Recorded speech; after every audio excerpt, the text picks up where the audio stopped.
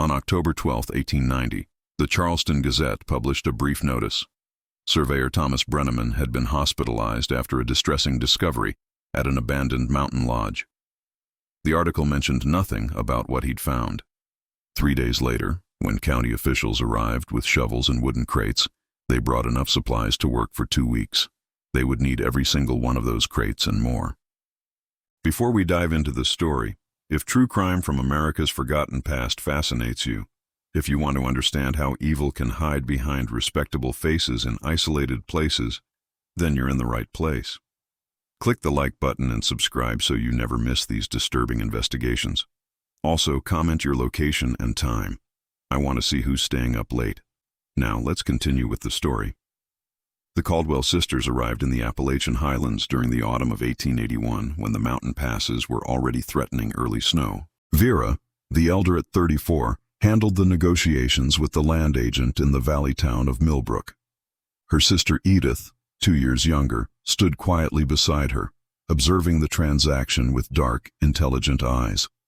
They purchased the Timber Ridge Lodge for $800 in gold coin, paid in full from a leather satchel Vera carried close to her body.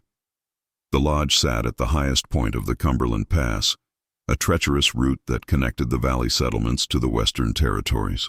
Travelers heading toward opportunity in the expanding frontier had 2 choices. Take the long, safer route through the lowlands that added a week to their journey, or risk the mountain pass that promised to cut their travel time in half. The Caldwell sisters had chosen their location with remarkable precision. County records preserved in the Millbrook Historical Society described the sisters as Civil War widows from Virginia, a claim that provoked sympathy rather than scrutiny in a region still recovering from its own wartime losses. Vera presented herself as the businesswoman, articulate and composed, while Edith managed the domestic arrangements. Neighbors who visited during those first months remarked on the cleanliness of the establishment, the quality of Edith's cooking, and the sisters' apparent devotion to creating a respectable way station for weary travelers. The isolation of Timber Ridge cannot be overstated. The nearest neighboring homestead sat 4 miles down the mountain along a path that became impassable during winter storms. The small community of scattered families operated with a frontier mentality, where independence was valued and questions about a person's past were considered impolite. The sisters attended the Valley Church when weather permitted, contributed to community needs, and maintained a demeanor of quiet propriety that earned them acceptance.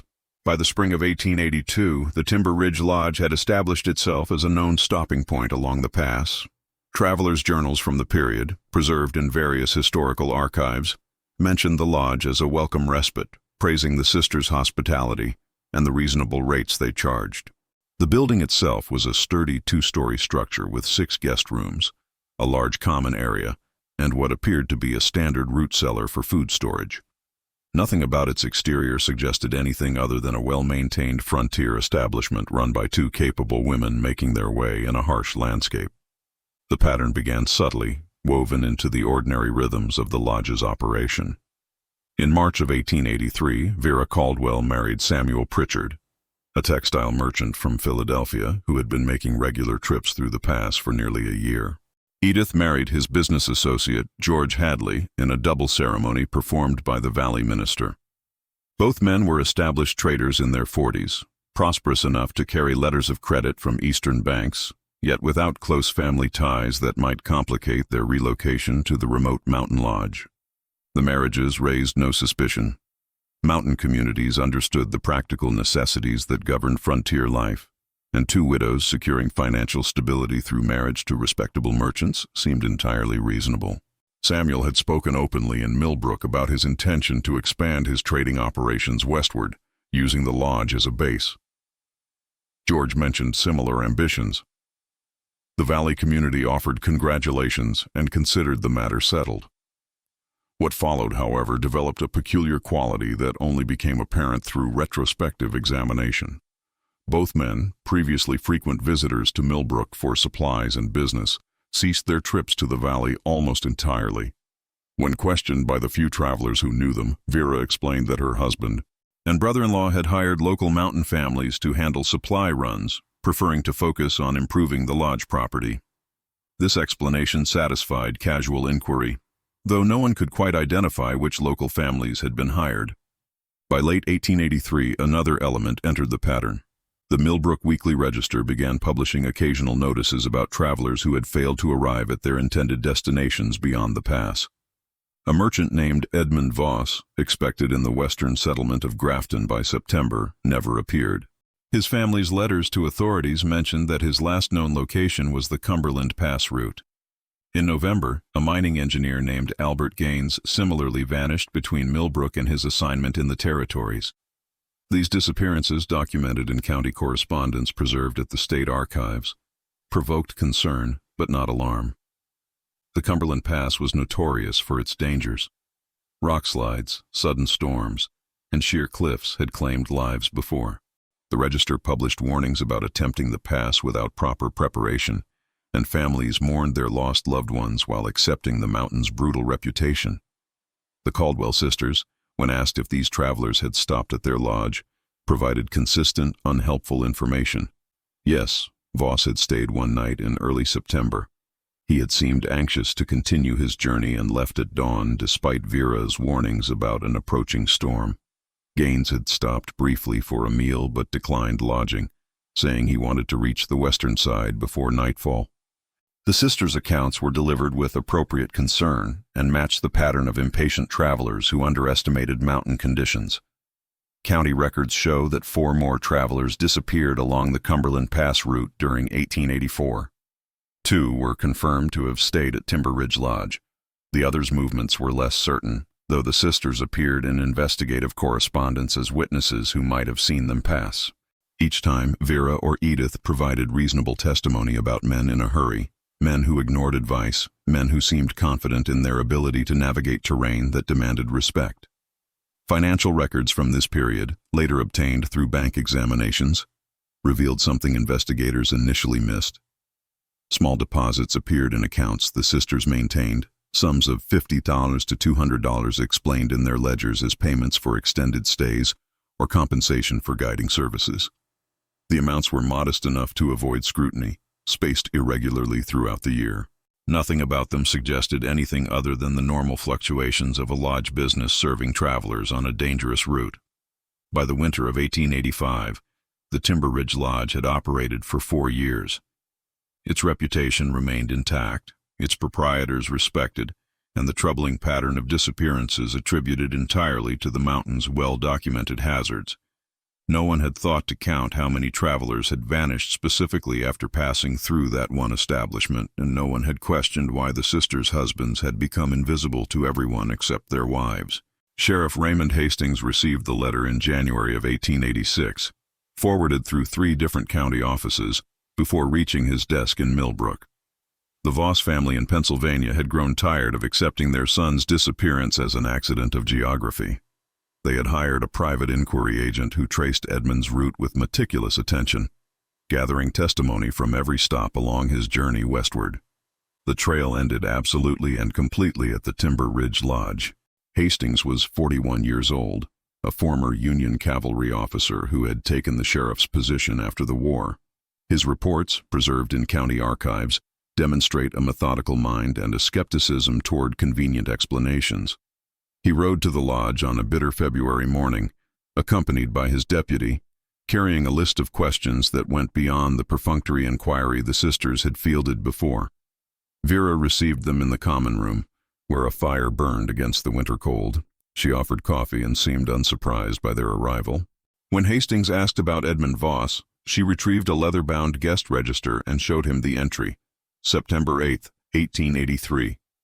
One night's lodging, breakfast included, departed at dawn.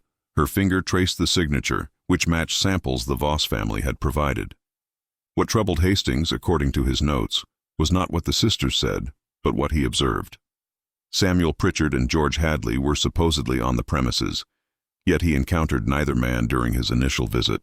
Vera explained they were checking trap lines in the higher elevations, a winter income source. When Hastings asked to see their living quarters, Edith guided him through the private wing. 2 bedrooms, modestly furnished, with men's clothing visible in wardrobes and personal effects on bureaus.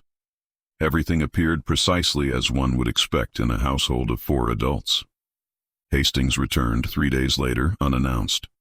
This time he encountered George Hadley, or rather a man introduced as George Hadley, working in the lodge's small barn. The man was 40-something, bearded, taciturn, and claimed to be recovering from winter fever, which explained his pallid appearance and reluctance to engage in extended conversation. Hastings noted the encounter in his report, but found nothing definitively suspicious. The sheriff made a decision that would later seem incomprehensible. He announced his intention to board at the lodge for 5 days, conducting a thorough investigation of the surrounding area while interviewing the sisters in depth about every traveler who had passed through. Vera accepted this arrangement without protest, quoting him the standard rate. Those 5 days produced a detailed report filed on February 23, 1886. Hastings documented his search of the immediate grounds, his conversations with the sisters about their operation, and his observation of daily routines. He noted the lodge's excellent maintenance, the sisters' cooperative attitude, and the challenging terrain that made thorough investigation of the surrounding wilderness impractical during winter. His conclusion stated clearly, while the disappearances remained troubling, he found no evidence of criminal activity at the Timber Ridge Lodge. The report satisfied the Voss family's inquiry agent, closed the official investigation, and restored the lodge's reputation. Hastings returned to Millbrook and resumed his regular duties. In late March, the sheriff's wife reported him missing. He had left for what he described as a follow-up visit to several homesteads in the Mountain District, a routine circuit he made quarterly. His horse returned to the stable 4 days later, saddled but riderless. A search party found no trace of him along the known routes. By April, the county commissioners accepted Raymond Hastings' disappearance as a tragic accident, likely a fall in treacherous terrain. They appointed a new sheriff in May. The official record listed Hastings as presumed deceased in the line of duty, and his widow received a modest pension. No one connected his vanishing to the lodge he had investigated so thoroughly, the lodge where he had felt safe enough to sleep for 5 consecutive nights, trusting his hosts to respect the authority of his badge. Spring of 1887 brought an announcement that surprised no one in Millbrook, yet left certain details unresolved for those paying attention. Vera Caldwell posted a notice at the general store explaining that both Samuel Pritchard and George Hadley had departed for business opportunities in Colorado. The textile trade was expanding westward, she explained, and her husband had secured a partnership in a Denver firm. George had accompanied him to establish a companion venture. Both men sent their regards to the community and promised correspondence once they were settled. The notice generated sympathetic conversation. Frontier wives understood the necessities of business that separated families for months or even years. Several women visited the lodge to offer Vera and Edith companionship during what they assumed would be a difficult adjustment. The sisters accepted these visits graciously, serving tea and speaking matter-of-factly about their intention to continue operating the lodge until their husbands could send for them. What these visitors failed to notice, or perhaps failed to find significant, were the items left behind. A traveling minister who had lodged at the establishment in April later testified that he had seen men's clothing still hanging in the wardrobe's personal grooming items on the bureaus, and even a pair of expensive leather boots by one of the bedroom doors. When he mentioned this to Vera, she explained that her husband traveled light and intended to purchase new business attire appropriate to his elevated position in Denver. The old mountain clothes held no value for his new circumstances. Bank records told a more complex story, one that only emerged during later investigation. In March, before the supposed departure, Samuel Pritchard's account at the Millbrook Bank was closed. The withdrawal of $640 was signed with his mark, witnessed by Vera. George Hadley's smaller account containing $200 was similarly emptied. The bank clerk who processed these transactions remembered nothing unusual, though he noted in the ledger that both men appeared eager to consolidate their assets for the Colorado venture. Business partnerships in Philadelphia received letters signed by both Pritchard and Hadley, dissolving their arrangements and requesting that outstanding payments be forwarded to the Timber Ridge Lodge for collection by their wives. The letters bore signatures that matched previous correspondence, and no one questioned the authenticity. Vera collected these final payments throughout the spring, depositing them in her personal account. A freight hauler named Jacob Mallory provided the most detailed testimony about this period, though his observations only gained significance later. He had delivered supplies to the lodge in early May and found both sisters working in the vegetable garden behind the building. What struck him as peculiar was the soil itself. A large section had been freshly turned and heavily composted, far more area than two women would need for kitchen gardening. When he commented on their ambition, Edith responded that they were expanding their self-sufficiency, growing more of their own food to reduce dependency on valley supplies. Mallory also noted that the sisters had hired him to remove several items: old furniture, worn mattresses, and what Vera described as accumulated debris from years of operation. He hauled these materials to a ravine several miles distant, where such disposal was common practice. Nothing about the items seemed unusual, and he appreciated the extra income. Throughout that spring and summer, travelers continued to use the Cumberland Pass route, and some stopped at the Timber Ridge Lodge. The sisters maintained their reputation for cleanliness and fair dealing. Guest register entries from this period show a steady but not excessive flow of visitors. Several who later provided statements to investigators remembered the lodge as quiet, well-maintained, and unremarkable. They recalled being served by two efficient women who seemed entirely comfortable managing the property alone, waiting patiently for their husbands to establish the Colorado enterprises that would reunite the families. No one reported seeing Samuel Pritchard or George Hadley after March of 1887. Their promised letters from Denver never materialized.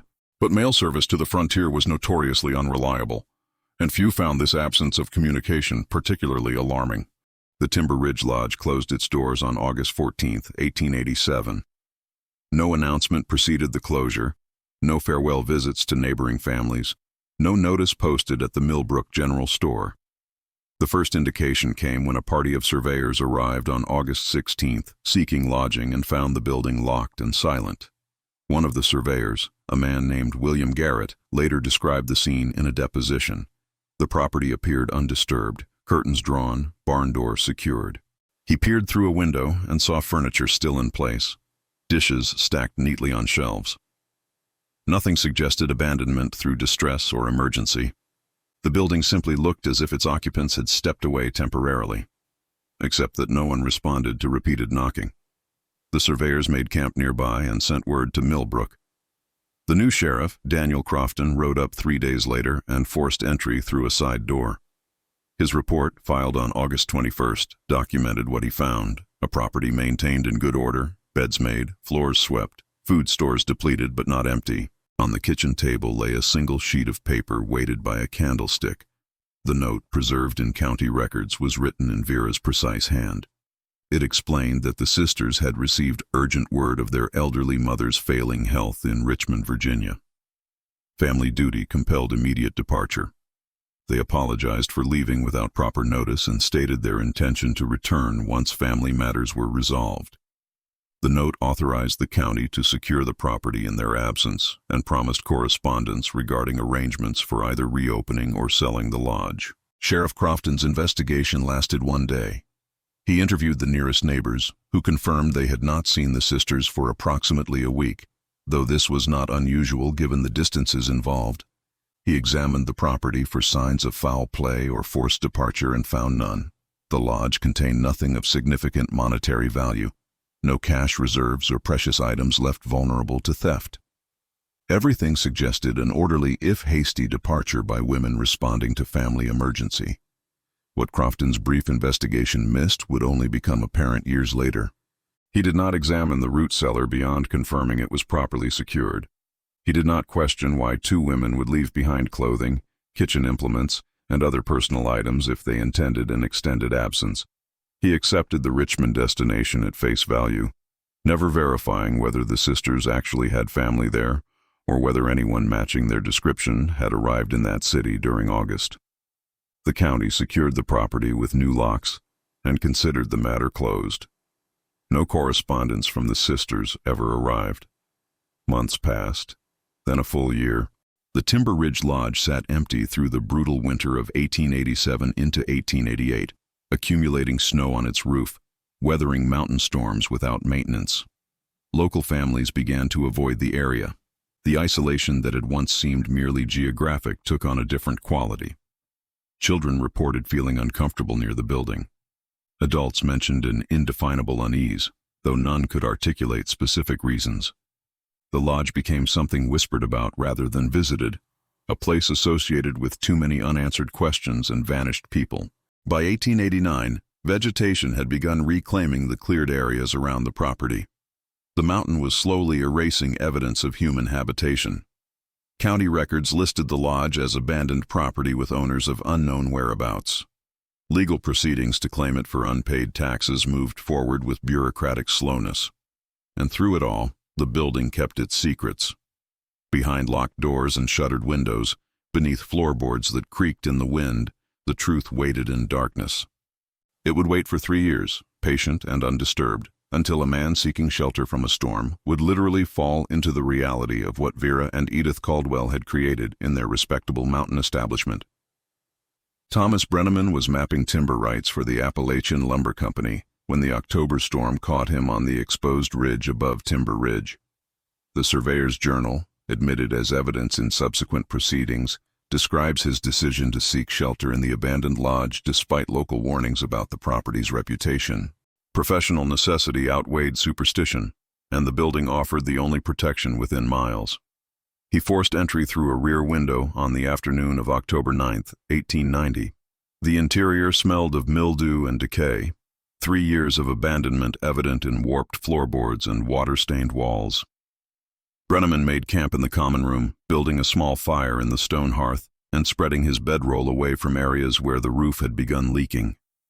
The storm intensified after dark, wind driving rain against the building with enough force to shake the window frames. Brenneman moved his supplies to what appeared to be the driest section of the room, near the interior wall separating the common area from the private quarters.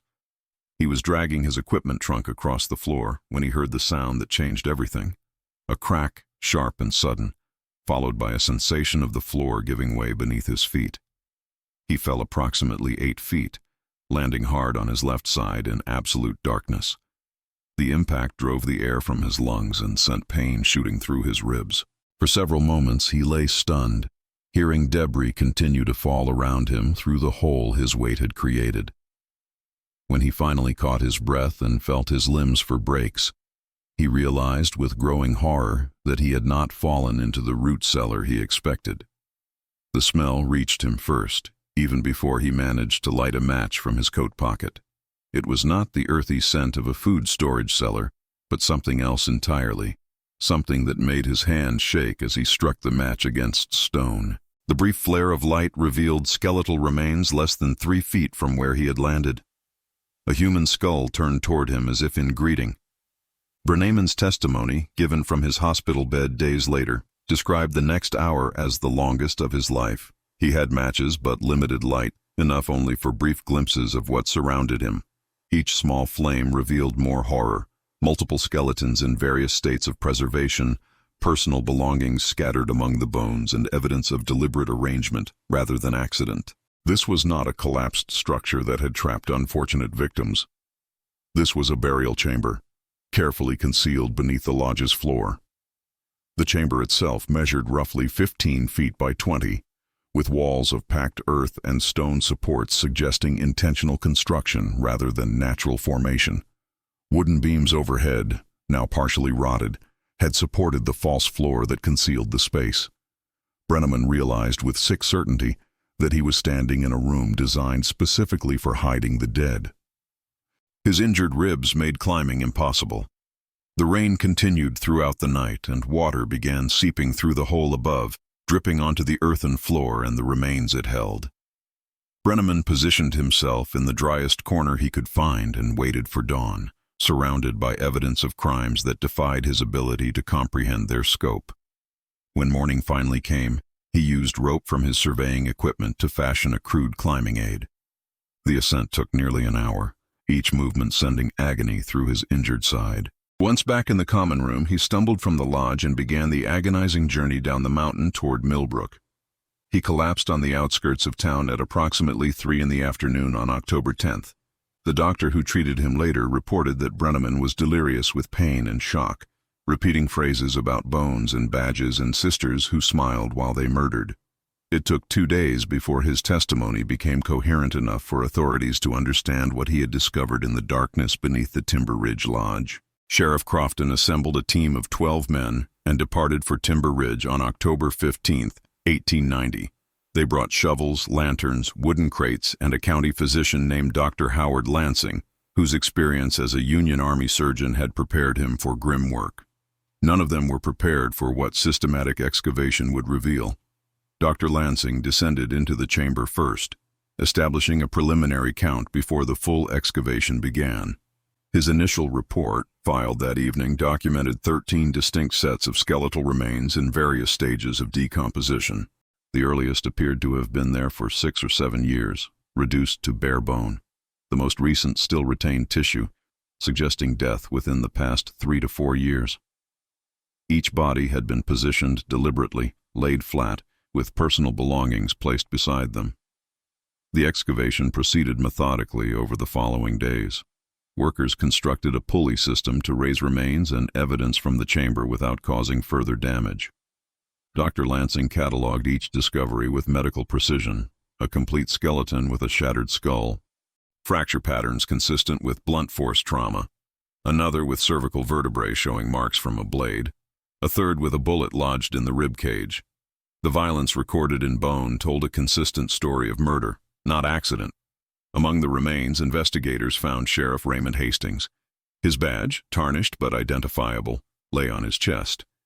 His service revolver remained in its holster, unfired. The positioning suggested he had been attacked from behind, probably while sleeping, never given the chance to defend himself. The discovery sent a wave of rage through the excavation team. One of their own had been murdered while investigating the very crimes that had killed him. 2 male skeletons found in a section of the chamber that appeared more recently disturbed were identified through personal effects as Samuel Pritchard and George Hadley. Pritchard's pocket watch, engraved with his initials, provided definitive identification. Hadley's wedding ring, inscribed with a date matching his marriage to Edith Caldwell, confirmed his identity. The sisters had murdered their own husbands and concealed them alongside their other victims. The remaining bodies proved more challenging to identify. Personal belongings provided clues: a leather wallet containing identification papers for Edmund Voss, the merchant whose disappearance had triggered Hastings' initial investigation; a monogrammed handkerchief belonging to Albert Gaines, the mining engineer; other items connecting to missing persons reports filed across multiple years. Not all victims could be named, but 3 sets of remains carried no identifying possessions, suggesting either extreme poverty or deliberate removal of anything that might lead to identification. Dr. Lansing's autopsy reports revealed patterns in the violence. Most victims showed evidence of head trauma, suggesting they had been struck from behind, possibly while sleeping. Several showed signs of poisoning, with discoloration in bone tissue consistent with arsenic exposure. 2 appeared to have been strangled, damage to the hyoid bone indicating manual compression. The sisters had employed multiple methods, perhaps learning and refining their technique over time. The architectural examination of the chamber revealed sophisticated planning. The space had been excavated before the lodge's construction or during its early operation, requiring weeks of hidden labor. Ventilation shafts disguised as drainage pipes prevented the accumulation of decomposition gases that might alert guests above. The false floor was engineered with multiple support points, distributing weight to prevent suspicious creaking or sagging. Someone with construction knowledge had designed this space specifically for concealing multiple bodies over an extended period. By October 22nd, the excavation was complete. 17 wooden crates held the remains of 13 confirmed victims, transported down the mountain for proper burial and legal proceedings. The Timber Ridge Lodge itself was condemned as a crime scene, though many locals advocated for its immediate burning. The county prosecutor began assembling evidence for murder charges against Vera and Edith Caldwell, wherever they might be found, knowing the sisters had vanished 3 years earlier with a comfortable head start toward destinations unknown. The investigation shifted from excavation to reconstruction, piecing together how 2 women had orchestrated years of systematic murder without detection. County Prosecutor James Whitfield assembled a team that included architects, financial analysts, and investigators who re-examined every transaction, every witness statement, every detail of the sisters' operation. The architectural analysis revealed the chamber's true sophistication. Engineers determined that the space had been excavated during the lodge's construction in 1881, not added later. This meant the sisters had planned their enterprise before serving their first guest. The false floor was built using a technique common in root cellars, with removable sections disguised as structural elements. A person unfamiliar with the design would never notice that certain floorboards could be lifted to reveal the chamber below. More disturbing were the ventilation modifications. The pipes that appeared to drain water from the foundation actually connected to the hidden chamber, drawing air through and venting it into a hollow space within the chimney. Decomposition gases rose through the heating system and dispersed through the chimney top, explaining why guests never detected the telltale smell of death. Someone had engineered this system with knowledge of airflow and gas behavior, suggesting either extensive research or consultation with someone possessing technical expertise. Financial records told their own damning story. Bank examinations revealed that the sisters had systematically liquidated their victims' assets through forged documents and careful manipulation of banking procedures. Travelers carrying cash simply vanished with their money. Those with bank accounts required more sophisticated theft. The sisters had mastered the practice of forging withdrawal slips and letters of instruction, always requesting modest amounts that avoided scrutiny. Over 6 years, these small thefts accumulated to approximately $8,000, a fortune by frontier standards. The guest register, preserved as evidence, provided a roadmap of their selection process. Investigators compared entries against missing persons reports and identified a pattern. The sisters targeted men traveling alone, particularly those who mentioned having no family waiting for them at their destination. Merchants between appointments, prospectors heading to new claims, engineers on assignment to remote projects. Men whose absence might be noted, but whose exact whereabouts at the time of disappearance could not be definitively established. Witness interviews revealed how the sisters had manipulated community perception. A seamstress in Millbrook recalled making mourning clothes for both sisters in 1880, supposedly for their husbands who had died in the war. But investigation into military records found no evidence that Vera or Edith had ever been married before arriving in the mountains. The widowhood story was fabrication designed to explain their independence and generate sympathy that discouraged intrusive questions. The double wedding in 1883 appeared calculated rather than romantic. Samuel Pritchard and George Hadley had been prosperous enough to provide financial security, but socially isolated enough to be vulnerable. Neither man had living parents or siblings. Their business associates were spread across multiple states. When they vanished, no concentrated pressure from a grieving family forced aggressive investigation.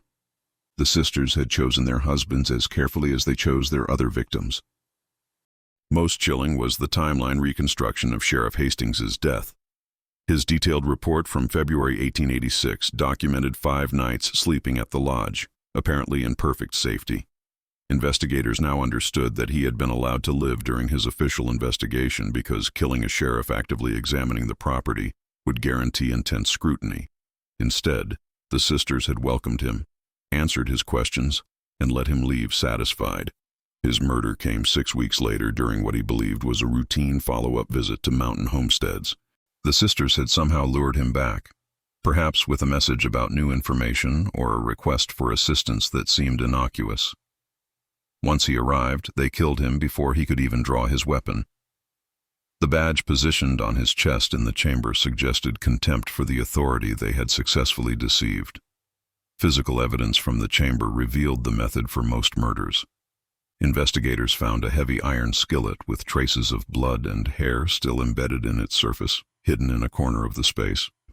The sisters had likely drugged their victims' evening meals with laudanum or another sedative, waited until they slept deeply, then delivered fatal blows with the skillet before dragging bodies to the chamber. The process required strength but not exceptional physical power. 2 women working together could move an unconscious or dead man, especially if they had practiced the technique. The expanded vegetable garden that Jacob Mallory had noticed in May of 1887 now made terrible sense. The sisters had been disposing of blood-soaked bedding, clothing, and possibly internal organs that might attract scavengers if buried near the lodge. The heavily composted soil would accelerate decomposition of organic material. Workers digging in that area found fabric fragments and bone fragments from animals, though whether the animal remains served to disguise human remains or represented additional victims remained uncertain. Every discovery reinforced the same disturbing conclusion. Vera and Edith Caldwell had operated with methodical planning, patience, and a complete absence of conscience. They had studied their environment, understood human psychology, and exploited the isolation and social conventions of frontier life.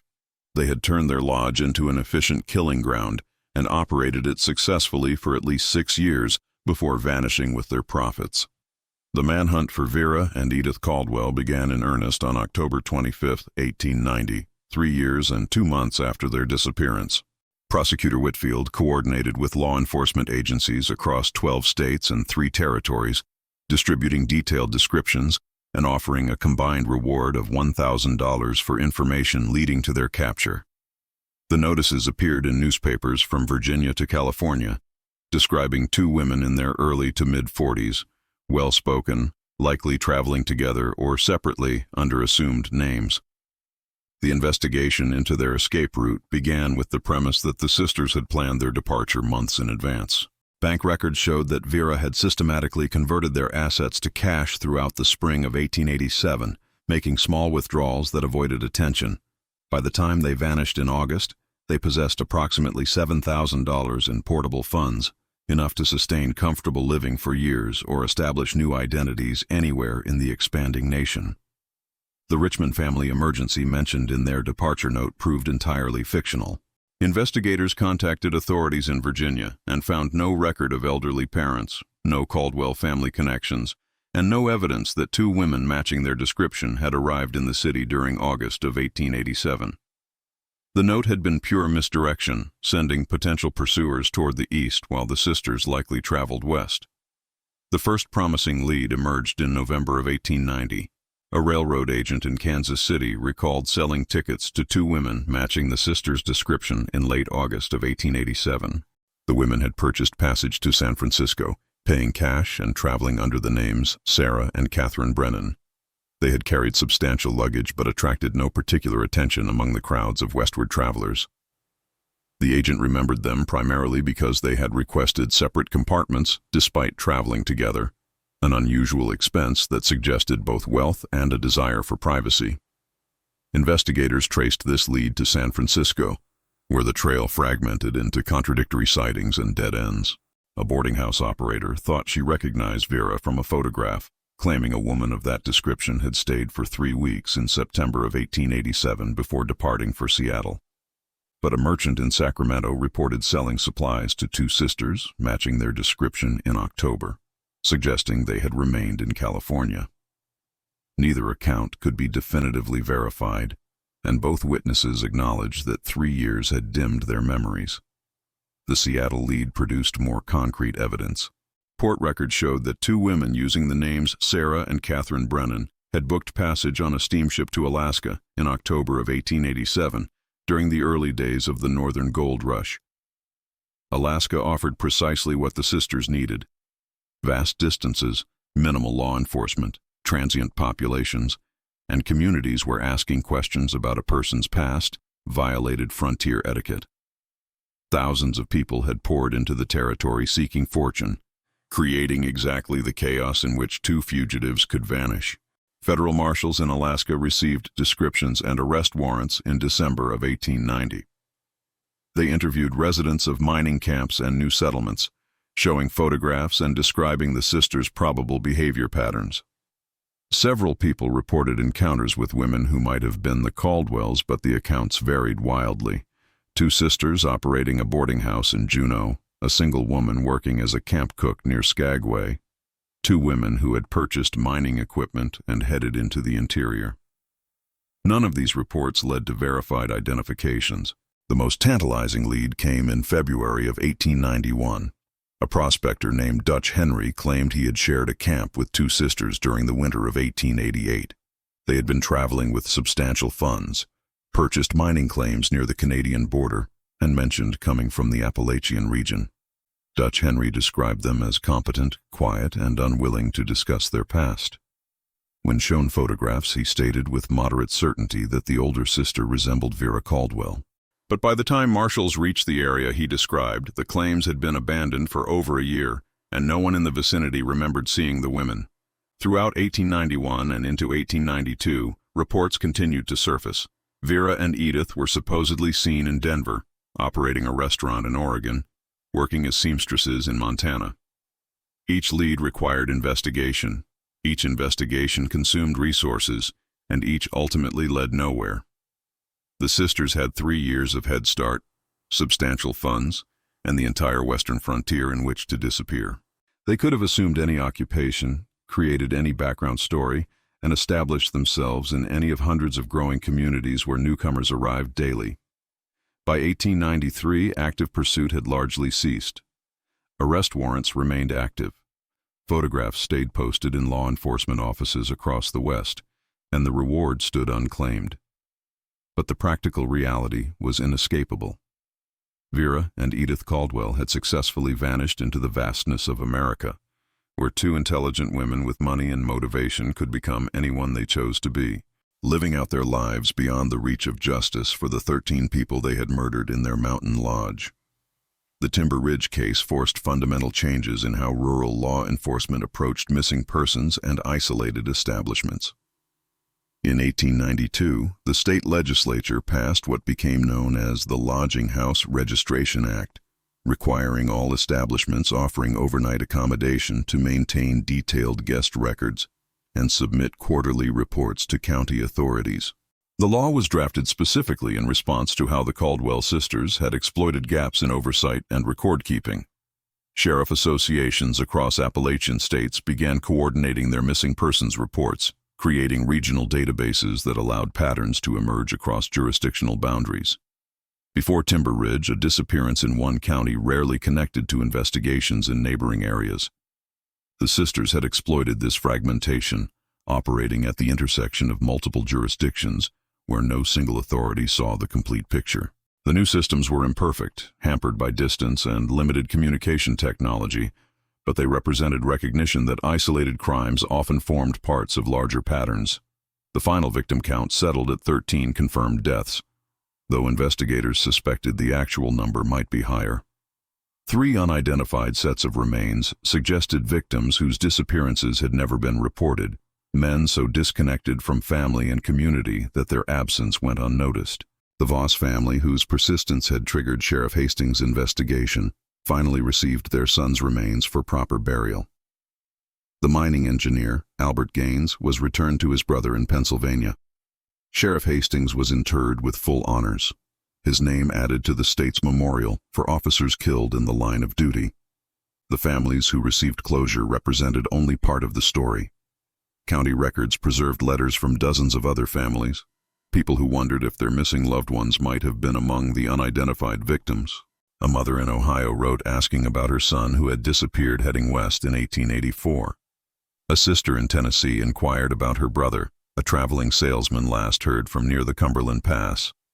These letters arrived for years after the discovery, each representing hope that uncertainty might transform into terrible certainty. Most went unanswered because the evidence simply did not exist to make definitive identifications. The Timber Ridge Lodge itself became a subject of public debate. Some argued for its preservation as evidence of the crime. Others demanded its immediate destruction as a site of evil that should not be allowed to stand. The county ultimately chose fire. On May 3, 1891, with families of the victims present, the building was burned to its foundation. The flames took 3 hours to consume the structure completely. Witnesses described the event as both cleansing and deeply sad. The destruction of the place where so many had died their final terrified moments. The chamber beneath was filled with stone and earth, then consecrated ground was placed over the site. A simple marker was erected noting the location as a memorial to victims of crime, without providing details that might attract morbid curiosity. Within a decade, forest had reclaimed the clearing entirely. Today, few hikers on the Cumberland Pass trails know they are walking near the site where 13 people were murdered by 2 sisters whose names became synonymous with calculated evil. Academic analysis of the case began almost immediately, and continues to the present day.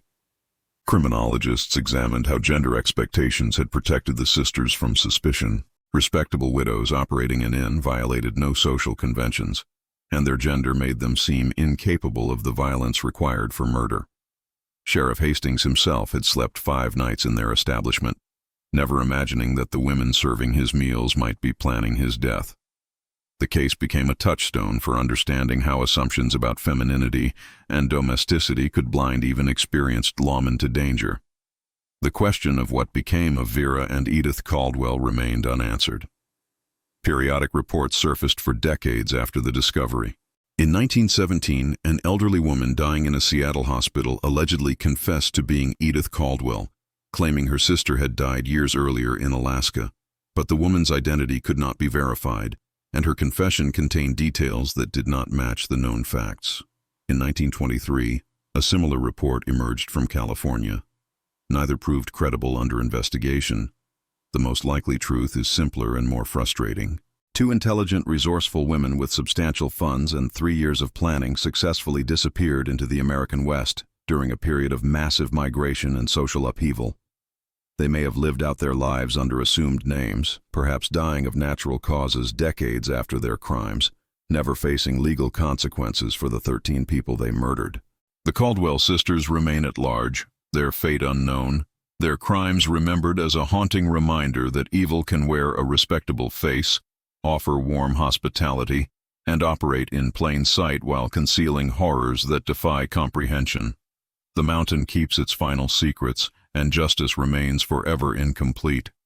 If this story disturbed you as much as it should, if it made you think about the darkness that can hide behind ordinary facades, then click that like button. Subscribe because history's most chilling crimes deserve to be remembered, and the victims deserve to have their stories told. The truth matters, even when it comes a century too late.